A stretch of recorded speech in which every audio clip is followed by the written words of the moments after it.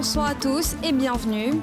Au sommaire de ce journal, le président Alassane Ouattara qui rencontre le président de l'UDPCI, Albert Mabry Touakeus. Une rencontre qui intervient 2 ans après la présidentielle. Les deux hommes ont échangé sur les conclusions du dialogue politique et leur attachement commun pour la paix et la cohésion sociale. Comment renforcer l'inclusion des personnes en situation de handicap dans les processus électoraux? C'est à cette question que réfléchissent depuis ce mardi les commissaires de la CEI et des organisations de personnes handicapées. Et puis les éléphants de Côte d'Ivoire se préparent à affronter la France et l'Angleterre. 2 matchs amicaux le 25 et 29 mars 2022. La préservation du climat de paix et cohésion sociale était au cœur d'une rencontre ce mardi entre le président Alassane Ouattara et le président de l'UDPCI, Albert Mabry Touakeus. Une rencontre qui intervient 2 ans après la présidentielle et dans le cadre de la continuité du dialogue politique. Le récit de Pierre Dipomela. Le président Alassane Ouattara et son ancien ministre et proche collaborateur Albert Mabry Touakeus, patron de l'UDPCI, se sont parlé au palais de la présidence. C'est un entretien qui s'inscrit dans le cadre des recommandations du dialogue politique pour le renforcement de la cohésion sociale et de la paix dans le pays. Échange fructueux, selon l'ancien vice-président du RHDP, qui a saisi l'occasion pour soumettre des doléances au chef de l'État en faveur de son parti et de sa région. C'était des retrouvailles avec le président de la République. Vous savez la qualité, la durée de ma collaboration avec le président de la République. Donc nous avons évoqué quelques souvenirs, mais pour l'essentiel, nous avons donc parlé de la Côte d'Ivoire, de la paix. Il m'a rappelé son attachement à la cohésion et à la paix et son souhait de voir qu'avec tous les acteurs politiques, ce chantier soit un chantier prioritaire pour l'ensemble des Ivoiriens. Je lui ai également dit tout mon intérêt. Nous avons évoqué quelques points particuliers, notamment les recommandations du dialogue politique relativement à la CEI, à une préoccupation particulière de l'UDPCI concernant le général Robert Gueye. Nous avons également parlé de tout ce qui pourrait contribuer au développement local, puisque je suis certes chef de parti, mais également président de région. Donc, le président nous a conseillé aussi la cohésion entre les cadres de cette région afin que le développement soit possible. Avant le président de l'UDPCI, le chef de l'État avait reçu Pascal Affi-N'Guessan, président du Front populaire ivoirien. L'inclusion des handicapés dans les processus électoraux était le moteur d'un atelier ce mardi à Grand-Bassam, à l'initiative de la commission électorale indépendante. Il a réuni des organisations de personnes handicapées ainsi que le ministre de l'Emploi et de la Protection sociale afin de réfléchir sur cette problématique. Tiémé Danger, Kimon Eric. Comment renforcer l'inclusion des personnes en situation de handicap dans les processus électoraux en Côte d'Ivoire? La réponse à cette interrogation est au centre d'un atelier de la commission électorale indépendante. Il réunit les commissaires de l'institution électorale et plusieurs membres des associations des personnes en situation de handicap. Avant les travaux en commission, le président de la CEI situe contexte et enjeux. Il se trouve que dans cette représentation ou cette assistance, l'accord de volonté du représenté ne s'accorde pas très souvent avec celle du représentant, affectant ainsi la volonté citoyenne du représenté. Et fort de cela, ils ont souhaité prendre leur destin en main, c'est-à-dire participer d'eux-mêmes aux opérations électorales. À l'occasion de ce séminaire, nous allons voir ce qui est à prendre en compte pour faire des propositions au gouvernement en matière électorale vous concernant, et puis ensuite examiner les modalités pratiques d'exécution de ce que vous souhaitez. Bien avant, le ministre de tutelle des personnes vivant avec un handicap saluait la rencontre visant une meilleure prise en compte de cette cible vulnérable dans les processus électoraux dans le pays. Il faut cesser de lier le droit de vote à la capacité physique, sensorielle ou intellectuelle du citoyen. Et cette exigence est une étape essentielle afin d'assurer la participation de tous. Une assistance au vote devra en outre être fournie quand cela est nécessaire, au moins d'une prise de décision accompagnée dans le plein respect du libre arbitre de l'électeur en situation de handicap. L'atelier s'achève le 24 mars prochain par l'adoption des recommandations devant susciter l'intérêt des personnes en situation de handicap aux différentes échéances électorales en Côte d'Ivoire et accroître, in fine, leur participation. Quelle route emprunter pour arriver rapidement à destination? Quel moyen de transport dois-je choisir pour arriver à l'heure? Ou encore, est-ce le bon moment pour circuler dans le Grand Abidjan? Autant de questions auxquelles veut répondre l'AMUGA à travers son application AMUGA Mon Trajet, une application qui vous informe en temps réel de la situation du trafic afin de contourner les embouteillages. Nadjaïdja, Fulgence Kissiedo. Améliorer la mobilité dans le Grand Abidjan, c'est l'objectif de l'AMUGA, Autorité de la mobilité urbaine dans le Grand Abidjan, qui vient présenter les cartes schématiques du réseau de transport en commun d'Abidjan et l'application AMUGA Mon Trajet. Elle s'adresse aux 80% de personnes qui utilisent le transport en commun et le transport public dans le cadre de leurs déplacements quotidiens en Côte d'Ivoire et dans le Grand Abidjan en particulier, qui fait partie de notre périmètre.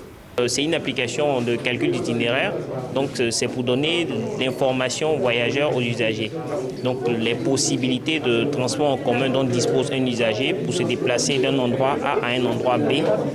Ça donne à l'usager le temps moyen de parcours et puis les différentes possibilités qu'il a pour aller d'un endroit à un autre. Un pas de plus vers la modernisation du secteur, salué par les entreprises du transport routier. Il est important aujourd'hui, dans le cadre de la compétitivité des entreprises de transport, de maîtriser tous les paramètres, que ce soit le temps parcouru, que ce soit au niveau des recettes, que ce soit au niveau de l'utilisation mécanique et électronique des véhicules. C'est devenu extrêmement important aujourd'hui. Pour le directeur de l'AMUGA, cette série d'actions en faveur de la mobilité urbaine est importante pour le dynamisme économique du pays. Une fois que c'est bien organisé, que les gens puissent se déplacer convenablement, ça contribue à améliorer la mobilité, donc ça contribue à améliorer le développement du pays et donc aussi à créer la richesse dont on parle tant et qui pourrait permettre aux gens d'être un peu plus à l'aise. L'application sera améliorée au fil de son utilisation pour des informations plus précises sur la durée du trajet, la disponibilité et le coût des véhicules de transport en commun grâce à l'adressage des rues et le suivi en temps réel des différents véhicules de transmission de données.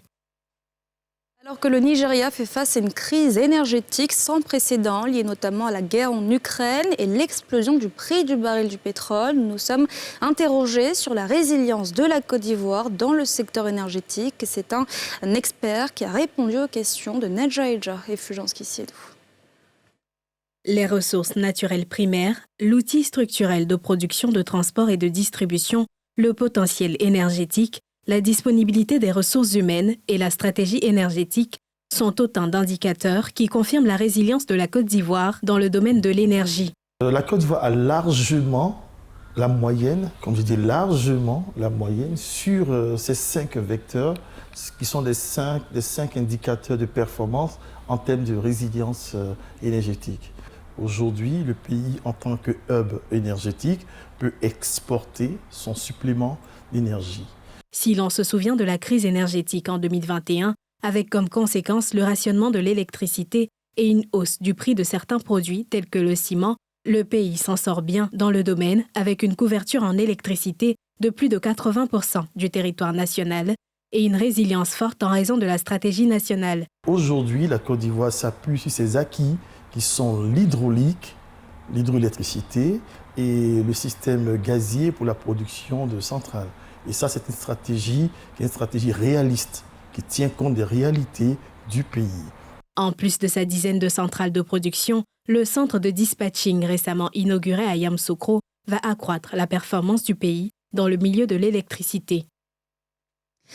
Embellir sa maison et son séjour en particulier, une passion pour beaucoup d'Ivoiriens. Si certains préfèrent les pièces importées pour l'ameublement, d'autres privilégient la production locale. Ces derniers sollicitent des menuisiers ou encore des tapissiers pour leur décoration d'intérieur. Des artisans du beau qui font face à d'innombrables difficultés dans ce secteur. Le reportage de Brice Niawa et Mathurin Badé. Poussière de bois, coups de marteau avec enfants, le bruit de la ponceuse sur le tapis et le tissu. Nous sommes dans la commune de Yopougon, au nord d'Abidjan. Ici, on parle embellissement et ameublement des maisons. Préoccupation du moment du couple Annie Corée. Dans cet endroit qui lui est familier, on discute déjà les prix. C'est la dernière fois que je viens ici parce que j'ai déjà fait un achat ici et j'ai été satisfait. Les tapissiers, ils ont la technicité, ils sont bons, ils ont le talent. Mais malheureusement, ce qui est à déplorer, c'est qu'ils sont tous dans la même tendance. Il n'y a pas de variété au niveau de leur production. Tant et si bien que quand vous venez faire un achat, vous avez beau parcourir tous les ateliers qui sont alignés là, c'est pratiquement le même modèle. Pour ces faiseurs de coins de paradis à la maison, le souci d'innover est permanent. Mais suivre la tendance et faire de bonnes affaires demeure les leitmotivs. Ce n'est pas parce qu'on n'innove pas seulement que c'est ce que les gens aiment plus qu'on fait. On ne peut pas faire des salons, les gens ne vont pas acheter. Forcément, il faut faire un truc qui va beaucoup sortir, mais les gens apprécient ce tout. Contrairement au couple Annie Corée, ses clients sont à la recherche de pièces rares, importées, du chic, du raffiné. Grâce à Beauté et ses amis ont quelques idées en tête. La commune de Marcory au sud d'Abidjan, où ils sont reçus dans ce magasin. La qualité et le prix. Il y a aussi la disponibilité, parce que sur ceux qui fabriquent, ce n'est pas à temps. Peut-être moi je veux le salon peut-être à une semaine, ils vont me dire 3 semaines. Pourtant moi ça ne m'arrange pas. Donc c'est pour ça qu'on vient ici, pour pouvoir prendre directement. Il y a même des choix qui sont faits ici, qui sont peut-être meilleurs même que les salons qui sont importés. Voilà, mais le plus souvent, nous, on importe. La tapisserie au plan local est made in Côte d'Ivoire, un métier dans lequel s'est spécialisé Alassane Dosso. L'homme donne la forme au bois, avec des acquis obtenus à l'issue de sa formation en menuiserie. Quand quelqu'un passe la commande, on vient à la machine, on fait des découpes et on forme la carapace. Après ces étapes-là, ils s'en vont avec pour aller faire la tapisserie. Pour faire du beau dans ce secteur, la matière vient de partout. Comme l'explique ici Jacques Adam, tapissier à Cocody depuis 20 ans. On le voit en Côte d'Ivoire. On fabrique la mousse ici et on paye tout ici pour travailler. Mais les tissus, la plupart, ça vient de Turquie, Dubaï et autres. Dans son atelier, toutes les mains sont à la tâche. Je viens faire le travail au moins 2 semaines. Au moins 2 semaines. Il y a le salon plus que 2 semaines même. Pour ne pas dire à un client que tu es un faux type, voilà, tu as donné faux rendez-vous. Tu dis 3 semaines, 1 mois. Bien faire le travail. Des salons bas de gamme aux salons luxueux tels que les Louis XIV, les fauteuils bourrés, ceux en aile et le modèle royal, on trouve un peu de tout chez Jacques Adams. Malgré des conditions de travail encore précaires, ces artisans confient hors caméra gagnaient en moyenne 300 000 francs par mois. Bien vrai, on sait que quand il s'agit de fin d'année, tout le monde veut renouveler sa maison, les choses marchent plus. Mais quand tu es honnête dans ton travail, vraiment, de bouche à oreille, tu gagnes client toujours. Du beau et beaucoup de profit, mais les challenges demeurent pour ce secteur. Aujourd'hui, ces tapissiers veulent se professionnaliser en ayant avant tout des sites de travail aux normes. Du sport à présent, les éléphants disputeront 2 matchs amicaux dans quelques jours. Le premier contre la France au Vélodrome vendredi et le deuxième face à l'Angleterre. On va écouter les précisions de Salif Yadekoué sur ces 2 rencontres. Après leur échec en 8e de finale, lors de la 33e Coupe d'Afrique des Nations qui s'est tenue au Cameroun, les éléphants de Côte d'Ivoire, sous la conduite du coach Patrice Baumel, vont livrer 2 matchs amicaux. Le premier match vendredi soir contre la France, privé de son attaquant Karim Benzema blessé à 20h GMT au Vélodrome à Marseille. Le second, le mardi prochain contre l'Angleterre. La préparation du match amical France-Côte d'Ivoire a débuté le lundi à Chantilly. Plusieurs joueurs convoqués sont au rendez-vous sous la houlette du sélectionneur. Bonne arrivée. Ça va? C'est plaisir de te voir. Moi aussi. Forme? Au menu de ces premières séances de préparation, divers ateliers. Wilfried Sango de Torino FC et Traoré Ahmed Junior de Sassuolo en Italie seront absents pour ces sorties en raison de blessures. Ils ont été remplacés par Deli Simon de Demirspor, Turquie et Fousseni Koulibaly qui évoluent à l'Espérance de Tunis. Lundi, la Fédération française FFF a indiqué qu'il restait seulement 5 000 billets à vendre.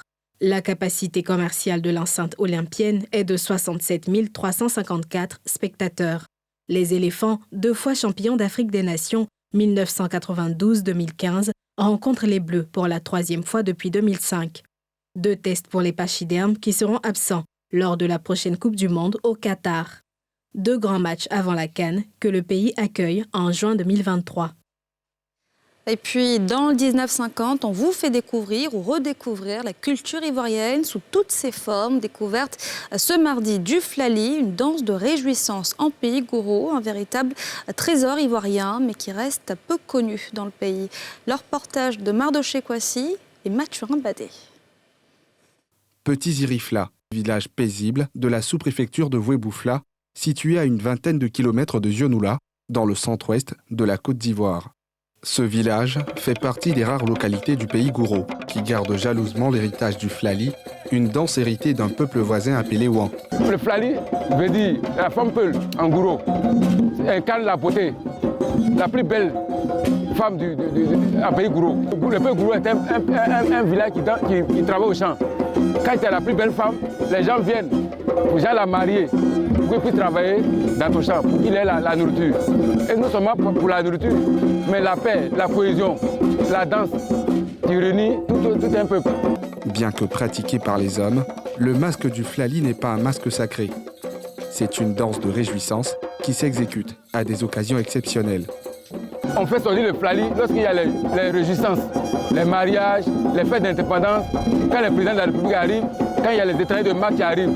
Il y a aussi les événements malheureux, les funérailles, les vendredis ou les funérailles un peu partout. On fait appel au Flali pour oublier tant soit peu les problèmes, les soucis. La beauté du masque véhicule plusieurs messages et valeurs qui caractérisent le peuple gouro. Une femme belle là, il y a le costume, il y a aussi la tête. Et c'est ça aussi une différence.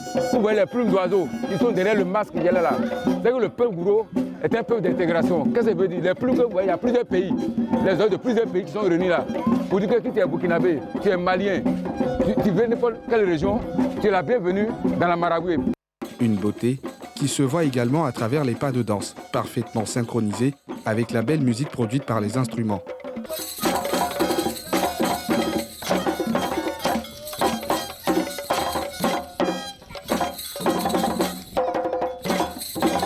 Le Flali n'est pas la plus connue des danses du pays gouro.